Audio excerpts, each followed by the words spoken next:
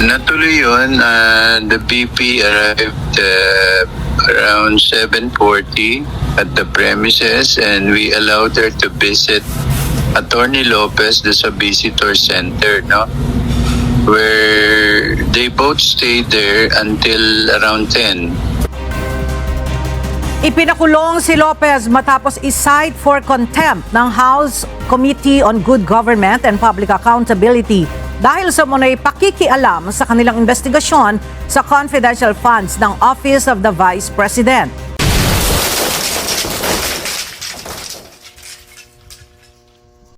Alright mga idol, welcome back to my channel. So for today's vlog mga idol is ito, no? Nagsalita na mga idol tong si Congressman na Dante Marcoleta mga idol regarding dito, no, sa pagkaka-contempt, no, ni Attorney Lopez, no, yung attorney ni VP Sara Duterte mga idol. Dahil nga kinontempt siya ni ni Congressman na Franz Castro mga idol, no. Kaya nang gagalaite, no. Malamang mga idol yung mga mamamayan ang gagalaitin na kasi nga maliwanag mga idol na panggigipit talaga to kaya na VP Sara Duterte mga idol yung ginagawa nila na ganito, no. Kaya ito mga idol, pakinggan natin si Congressman Marcoleta yung banat niya mga idol kaya Congresswoman na Franz Castro. Pero bago yun mga idol, pakinggan natin, panoorin muna natin itong pagdalaw, no, pagdalaw ni VP Sara mga idol dito sa House of Representative mga idol. Dumalaw siya, dinalaw nga niya tong kanyang attorney, no, na si Attorney Lopez mga idol, no. Ito mga pakinggan natin. Bumisita si Vice President Sara Duterte sa kanyang Chief of Staff na si Attorney Zuleika Lopez na nakapiit ngayon sa House of Representatives. Ayon kay House Secretary General Regina Velasco, nagtungo kagabi si VP Sara sa Kamara at nagpalipas ito ng gabi sa opisina ng kanyang kapatid na si Congressman Pulong Duterte. May pakikipag-ugnayan anya ang grupo ng pangalawang Pangulo sa pagbisita nito. Natuloy yun. The BP arrived around 7:40 at the premises, and we allowed her to visit Attorney Lopez sa visitor center, no? Where they both stayed there until around 10. Ipinakulong si Lopez matapos i-cite for contempt ng House Committee on Good Government and Public Accountability dahil sa muna'y pakikialam sa kanilang investigasyon sa confidential funds ng Office of the Vice President. Sa pamamagitan nito ng pagsulat umano sa Commission on Audit at paghiling na huwag sundin ang sabtina ng House panel hinggil sa hinihinging mga dokumento. Grabe sila magpa-contempt mga idol, no. Kita mo naman na-contempt to na-contempt kaagad to si Attorney Lopez mga idol, no. Talagang ginigipit mga idol tong si VP Sara Duterte mga idol. Talaga ng mga pagka-contempt nitong ni Congresswoman na Franz Castro mga idol. Talaga namang sumangayon pa mga idol tong Quadcom, no. Lalo to si Congressman Chua mga idol, no. Ito mga idol, panoorin natin yung banat nitong ni Congressman Marcoleta mga idol. Sabi nila, mukhang lutong-luto daw po ito, Kong. Simulan mo na dyan. Ang binabanggit natin ay ang kaso nitong Chief of Staff at Undersecretary po ng DepEd dati sa katauhan po nitong si Attorney Zuleika Lopez. Ayan. Babae yan, di ba? Yes. Ito po kasing si Yusek Lopez ay ikinulong diyan po sa Kamara de Representante Sa anong pagkakasala? dahil daw po sa ito'y umiiwas sa mga katanungan ng mga honorableng tao na kasama po niyo sa Kamara, Kong. Honorableng tao po ito, Na-contempt siya. Na-contempt po itong si Yusek Zuleika Dahil sa hindi daw po niya tinutugon o Mga nang tanong. maayos, laging umiiwas sa mga katanungan po ng mga mababatas na miyembro po ng House Blue Ribbon Committee. yung mga tanong ba may katuturan naman? Para po sa kanila, may katuturan naman daw po, Kong. Kaya Hindi siguro... nga, sa inyo kung tinatanong, kayo na nga panood eh. Kasi baka mamaya, Oo. kaya hindi niya masagot-sagot. Baka hindi niya maintindihan kung paano tinatanong. Pinupunto nga niya, Kong, parang ayaw niya sagutin ng diretsa. Kasi nga parang ang binanggit niya mayroong parang encroachment sa separation of power eh. Aha. O parang ganun ko nga, nasasapawan daw po ng Kongreso ang power ng Commission on Audit. Hindi, lagyan natin ng perspektiba yung pinag-uusapan. Yeah, sige po, Malilito Kong. na naman ang ating mga kababayan sa umpisa Isa-isahin mo natin. Oo, Isa-isahin isa-isahin natin ko. Hindi ba pinag-uusapan dyan yung Audit Observation Memo? Opo. Yes. Alam mo, yung Audit Observation Memo, kasama nung tinatawag nating Notice of Disallowance o kaya Notice of Charges. Yung mga yan, marami yan eh. Maraming instrumento na nagagamit ang COA. Mga idol, tong si Congressman Marcoleta, pag ito nag-explain, wala na masasabi. Napakagaling nito mga idol, no? Lahat ng ito, confidential in nature yan. Oo. Maliwanag yan sa tuntunin ng COA. Okay? Ang COA ay isang independent constitutional body. Yes. Okay? Hindi siya executive, hindi siya legislative. Opo. Di ba? Hindi rin siya judiciary. Kaya nga independent eh. Opo. Katulad ng Civil Service Commission. Oho. Independent body. Opo. Katulad ng COMELEC. Comelec. Kailangan maliwanagan, Nelson, ha? Tsaka impeachable officer yan ko, hindi mo basta-basta, Oo, di ba? Oo, oo. ang mga tauhan ng Kaya COA. natin binibigyan ng punto na independent. Opo. Sapagkat ang pagtitiwala ay napaka-importante. Sapagkat yung gawain niya ay talagang kailangan paniwalaan. Opo. Kasi kapag yung gawain niya, wala nang naniniwala, katapusan na natin lahat. hindi dapat mangyari 'yon. Hindi dapat mangyari hindi yun. po. Oo. Ngayon, ang mandato nila, sila ang mag-iimbestiga, sila ang mag-aanalisa, sila ang tutugis, silang mag-o-audit, base sa pamantayan na nakalatag sa kanilang mga rules and regulation, kung paano nagasta yung inilaan na pondo sa bawat ahensya. Opo. So, ngayon, ang pinag-uusapan na pondo, Jen, Opo. ay confidential fund. Confidential fund. Opo. Ayan. Ang kaibahan ng confidential fund, kesa dun sa mga ibang fund na hindi confidential, isang unit. Hindi yung kabuuan ng COA ang mag-ano dyan, ang mag-o-audit. Merong isa lamang itinalaga Opo. na isang confidential fund auditing unit, parang ganyan.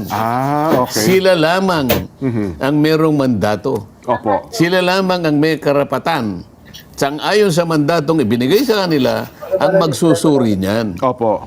In the meantime, habang ginagawa nila yung pagsusuri, confidential yan. Maski na yung hindi under confidential fund, confidential pa din. Alam ba, notice of disallowance. Opo. Ang nagiging problema dyan, pagpapasok ang isang ahensya, Yan. ang isang departamento, Opo. na walang kinalaman sa ginagawa ng COA, makikialam siya. Opo. Oh, halimbawa, biglang sumulat ngayon ang isang komite ng House of Representatives, Nelson. Kunwari si Nelson ay si Congressman Joel Chua. Oo, yung chairman ng komite. Opo. Hindi man kayo nagkakalayo. Gwapo rin po. Tama naman. Pareho kayong nakasalamin. Pero na lang kulang po. Pero lang ang pinagkaiba. Oh. Gano'n ano. Opo. Nasa na ba ako? Ayun, Halimbawa, yung ako si- sumulat. Halimbawa, Oh, sumulat. halimbawa, Chua. Oo. Susulat ka ngayon, Nelson. Sulat ako. Oo. Commission on Audit. Okay. Dear Sir, Madam. Request. Okay, request. Oo. This is to respectfully request your office to furnish our committee of the pertinent documents and information relative to the confidential funds extended to the office of the Vice President. Okay, nagre-request. This is in line with our mandate of conducting inquiry in aid of legislation. Palaging ganun ang ano eh. Oo naman. Oo. Oh, unang-una, bakit mo gagawin yung ba't ka susulat? Eh, alam mo na nga confidential. Ah. Sa mga tweet, yung confidentiality nito, nakukompromiso na eh. Kasi sila hindi pa sila nag-uumpisa eh. Yung COA. Hindi pa sila tapos. Opo. At sinabi na nila sa maraming pagkakataon, kuwan po si Vice President, meron po siyang 6 na buwan. Opo. Di ba, Hinihintay pa kayo usapan sagot niya. natin? Opo. Bakit po unahan na ninyo siya? May palagay ako, Jen, na yung sulat nung nakulong na, o ikinulong na, Si Attorney. Chief of Staff. Attorney. Oo. Lopez. kasi naulinigan ko na sumulat yata siya sa COA. Yes po, yun ang pinag-ugatan ko. Huwag po ninyo muna kanyang Bigyan ng Ipadala. mga dokumento. wag po ninyo muna, wag kayo magpakadalos-dalos sapagkat hindi pa naman po conclusive yan eh. Oho. Kasi audit observation memo pa lang. Opo. Kasi kapag yun na-explica mo, o maring hindi ka nakapag-explica ng mabuti, doon pa lamang tatagos doon sa sinasabing notice of disallowance na. Oho. Bakit yung series, bakit yung paraan ng pagsisiyasat ay ayaw mong ituloy muna nila at bakit ka nakialam? Yes. Di ba? Opo. Yun ang una dyan. Kaya siguro, yung sinasabi mo na may nakikialam na ibang departamento. Yun na nga po, Kong. Okay? Oho. Ang totoo niyan, hindi ibang departamento eh. Hindi yung ibang branch eh. Kasi ito, independent body ito eh. Yun na nga po. Walang dapat na departamentong makikialam kasi ito independent. Totoo. Independent ito eh. Yun nga po ang naging Ngayon, punto ko. ano yung mga tanong na pinagtatanong sa kanya Oho. na nauwi nga doon sa kanyang pagkakakontempt Oho. at pagkakakulong? Ang pagkakaalala ko kasi, Kong, doon sa sulat sa COA, ay siya ang nakapirma. Oo. Ano ha? Yun ang naging mitya ko. Oo. Na, yun ang Halimbawa, ako nakapirma. O Opo. anong itatanong sa akin? ang naging parang linya po ng questioning ko, bakit mo pinipigilan? Yan. Ito. Babasahin ko. Sige, ha? Sige. Maganda, sige. I'm sorry, Attorney Lopez. Sabi nino. Sabi po ito ni Sino yung nagtatanong na yan? ACT Teachers Party List Representative Franz Castro. Yan. Ha? Aha. I'm sorry, Attorney Lopez. Yan. Dahil ikaw ang nakapirma dito and according to our rule, one of the reasons is the undue interference in the conduct of proceedings. Yun. So, may I move na nag-violate si Attorney Lopez sa ating trabaho. May I move to cite Attorney Lopez in contempt. Yun. Sabi niya, undue interference Yes. on the job Yes. of this committee. Opo. Ng tama, ng Kongreso. Kayo nga ang nanghimasok eh. Kanino ba trabaho yan in the first place? Opo. Ako po, ginawa ko lang ang tungkulin ko ayon po sa aking pagkakaintindi sa mga batas. Ang may mandato po na unang gagawa niyan, magsisiyasat, ay yung pong Confidential and Intelligence Fund Unit. Ng COA. Yun lang po, hindi po kayo. Ang ginawa ko po ay para paalalahanan lamang sila na yun po ang inyong mandato. Hindi po mandato ng Committee on Good Government. Oho. Sino po ngayon ang nakialam? Hindi po ba kayo? Dapat nga, Kong, yun ang lumutang. Bakit sasabihin mong ako nag-obstruct? Kayo po yung una eh. Oho. Hindi nyo po pinaraan ang proseso. Hindi nyo pinayagan na tumuloy ang proseso na sila muna po ang gaganap sa tungkulin na pagsisiyasat kung ano man yung aligasyon na hindi pagkakagasta ng tama Opo. dito sa aligasyon lang ito eh. Bakit po hindi nyo hinayaan ang proseso magtuloy-tuloy? Oho. Ano po ang dahilan? Bakit po kayo nakialam kagad? Oho. Ano po naman ang speciality po ng inyong komite na mas marunong pa po kayo sa COA, kaya nga po sila ang binigyan ng mandato na saligang batas. Oho. Kayo po ba nakasulat sa mandato na saligang batas na gawain po nyo yan? Ano isasagot kaya nila? Bulat-latin mo yung buong Article 6 ng saligang batas. Okay. Yan. Opo. Nelson, ano ba yung Article 6? Bakit ko sinasabi yan? Article 6. Pakita mo sa Yung Article 6, Article yun ang 6. kabuuan ng gawain ng Philippine Congress. Ayun! Mapa Senado, mapa House of Representatives. Oho. Basta ng Kongreso. Wala kang makikita dyan na panghihimasukan mo ang trabaho ng COA. Ganun. Oh. Paano ko Kaya sagot? dyan, dapat kung ikaw ay si Congressman Joel Chua, Opo. sulatan mo rin si Representative Castro. Aha. Okay. Sasabihin mo lang sa Dear Representative Castro, considering Okay. your enthusiastic action of meddling Aha. into the affairs of the COA, I respectfully request that you resign from the House of Naku po, Representatives disgrasya. Oo. and apply for Uh-huh. a suitable position At no, at the Commission on Audit. yun. Eh, yun ang gusto mo eh. Gusto pala niya. Member ka ng House eh. Ngayon, galugarin mo. Tagalog ba yun? Opo, Tagalog po yan. Kasi alam mo naman, Kapampangan ako eh. Opo, oo. Nagpapakasiguro ako eh. Oho. Galugarin mo ang kabuuan ng Article 6 ng Saligang Batas na yan ay tumutukoy sa kabuuan ng gampanin Ng Kongreso. ng Kongreso, mapa Senado, mapa Kamara. Kunin mo dyan, kamo, kay Representative Castro, saan nakasulat dyan Opo. na ikaw ay makikialam bago pa matapos ng COA ang kanyang gawain? Nako. Eh sa halip nga po kung na dapat ganun ang nangyari, Dapat siya ay nakulong eh. Kung ako nandun, baka ako magpakulong sa si kanya. Franz Castro po. Oo. Hindi ko, ang nangyari po sa... Isip-isipin mo, mas marunong pa sa abogada. Ay, yung abogada, ginanap lang niya yung tungkulin niya. Oo. Bilang abogada, alam niya kasi. Totoo po. Alam niya confidential yan. Oho. Ngayon, ayaw nyo maging confidential. Ano bang katwiran? Bakit ba kayo ayaw naman yung naglululundag eh. Ako na magsasabi, naglulupasay na naman. Oo. Bakit kailangan yung maglupasay? Oo. At unahan ninyo ang isang opisina doon ay pinagtiwala Oo. sa kanila lamang at wala ng iba ang tungkulin na magsiyasat sa pagkakagasta ng ating pondo. Oho. Wala tayong kinakampihan diyan, ha? Totoo po. Eh, ano Oo. lang, katwiran por katwiran ko. Oh, confidential nga eh. Maski sa tuntunin ng COA, confidential yan. Yung pagkakasulat mo lang na humihingi ka ng impormasyon sapagkat kayo'y mag-undertake ng kunwarian na investigation in aid of legislation, may problema na dun din. Oho.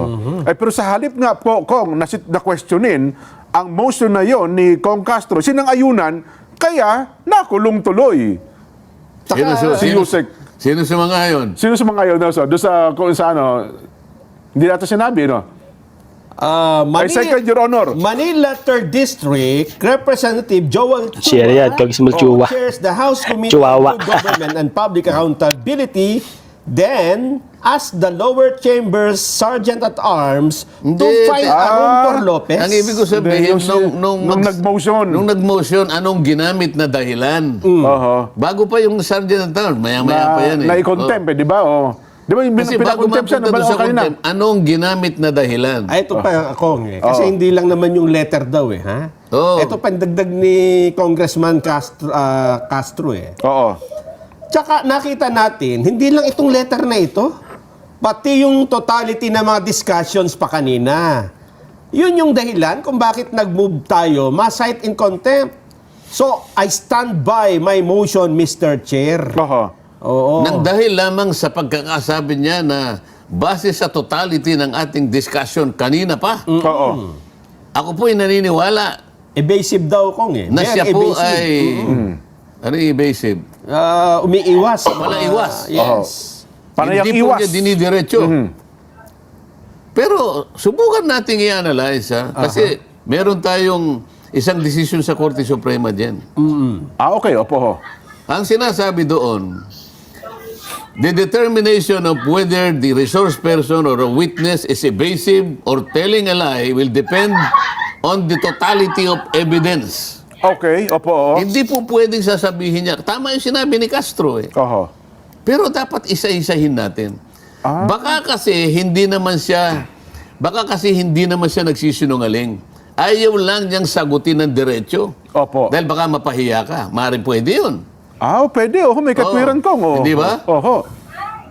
Kasi tinetesting ka rin niya. Tingnan ko nga kanya kung naiintindihan niya ka kung yung sagot ko. Kasi kung nakakaintindi ka, marunong kang magbasa in between lines. Yun. Di ba? Opo. Kasi kung wala namang, kung halimbawa hindi pinapayagan yung pagsagot ng subliminal, halimbawa, edi sana wala nang reading in between lines. Oo nga po, Kong. Parang pagrespeto.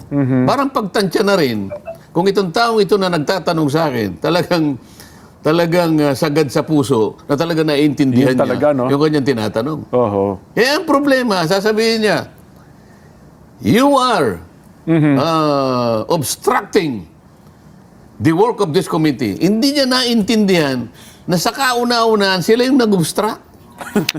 Hindi mo gawain yung kinuha mo eh. Ang sinasabi ng abogado, hindi po. Oho. Sinasabi ko lang po sapat confidential po ito eh. Totoo. Hindi po conclusive yung audit observation memo. Oho. Yung audit observation memo, appealable po yan. Yan po contestable. Oho. Yan po ipapaliwanagan pa. Oho. Anong hindi naintindihan doon sa paliwanag na yun? Ako naniniwala, naintindihan ni Atty. Zulaika Lopez ang sitwasyon. Knowing ko, may singit ko lang, hindi pala bago kay Atty. Lopez ang pag-iimbestiga kung ang pag-uusapan ay graft and corruption.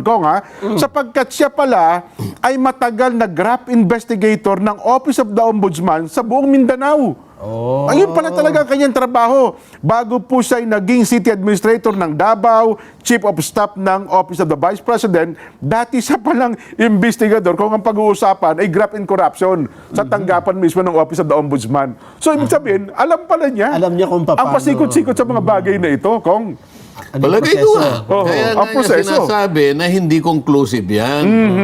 Sapagkat sa koneksyon ng kanyang naging gawain, Opo. alam niya na kapag galing sa COA, sabi ko nga sa'yo, notice of charge, Opo. notice of disallowance, audit observation memo, wala pong conclusion pa yan. Lahat pong yan ay papayagan ka na ipaliwanag mo yan. Aha. Pangkaraniwan kasi, yung hinahanap nilang dokumento, ay hindi mo na isumite. Pagkatapos, yung ibang mga requirements o yung mga ibang mga patakaran, hindi mo nasunod. Oho. Maring na-shortcut mo. Oho. Ganyan. So, sasabihin niya, ito po yung aking, doon lang sa pangalan audit observation memo. Sa akin pong pagtansya, medyo nagkamali po kayo. Kaya binibigyan kanya ng pagkakataon, itamay mo. Kasi observation pa lang eh. Sagutin mo. Nandun pa lang. Yan. Observation pa lang.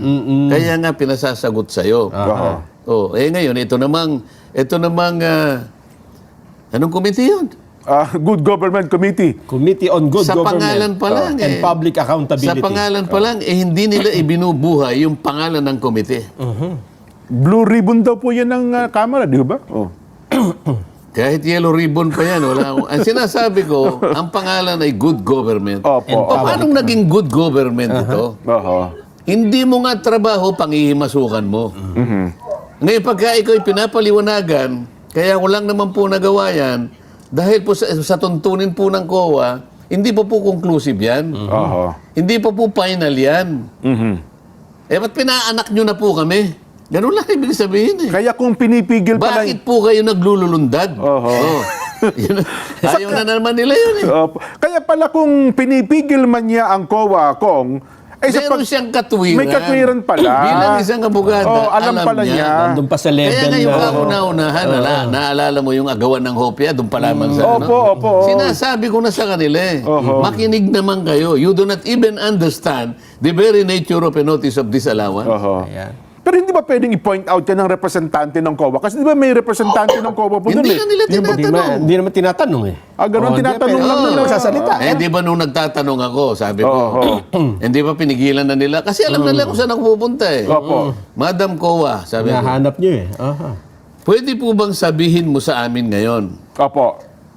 ilan pong mga ahensya o departamento ng naggobyerno ang nabigyan po ng ganyang uri ng pondo? Ibig sabihin, confidential fund. Confidential. Opo. Oho. Hindi niya sinabi kung gaano karami. Alin-alin, sabi ko, ang binibigyan. Sabi niya, mga NGAs po. Oho. Pag sinabi mong NGAs, ito yung National Government Agencies. Yun pala Marami yun. ito. Opo. Dami pa din.